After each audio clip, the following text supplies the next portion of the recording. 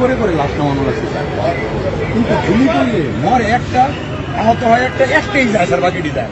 বৈষম্য বিরোধী ছাত্র আন্দোলনে আন্দোলনকারীদের গুলি করা নিয়ে এভাবেই সাবেক স্বরাষ্ট্রমন্ত্রী মোহাম্মদ আসাদুজ্জামান খান কামালকে জানাচ্ছিলেন ঢাকা মেট্রোপলিটন পুলিশের এক কর্মকর্তা। এমন একটি ভিডিও ছড়িয়ে পড়েছিল সামাজিক যোগাযোগ মাধ্যমে। পরে জানা গেছে, ভিডিওতে কথা বলা ওই পুলিশ কর্মকর্তা ডিএমপির ওয়ারি বিভাগের উপ কমিশনার মোহাম্মদ ইকবাল। তাকে হেফাজতে নিয়েছে পুলিশ। গত 19 আগস্ট সন্ধ্যায় নরসিংদীর নিজ বাড়ি থেকে ডিসি ইকবালকে তুলে নেওয়া হয়। তিনি এখন ডিএমপির ডিবি হেফাজতে আছেন।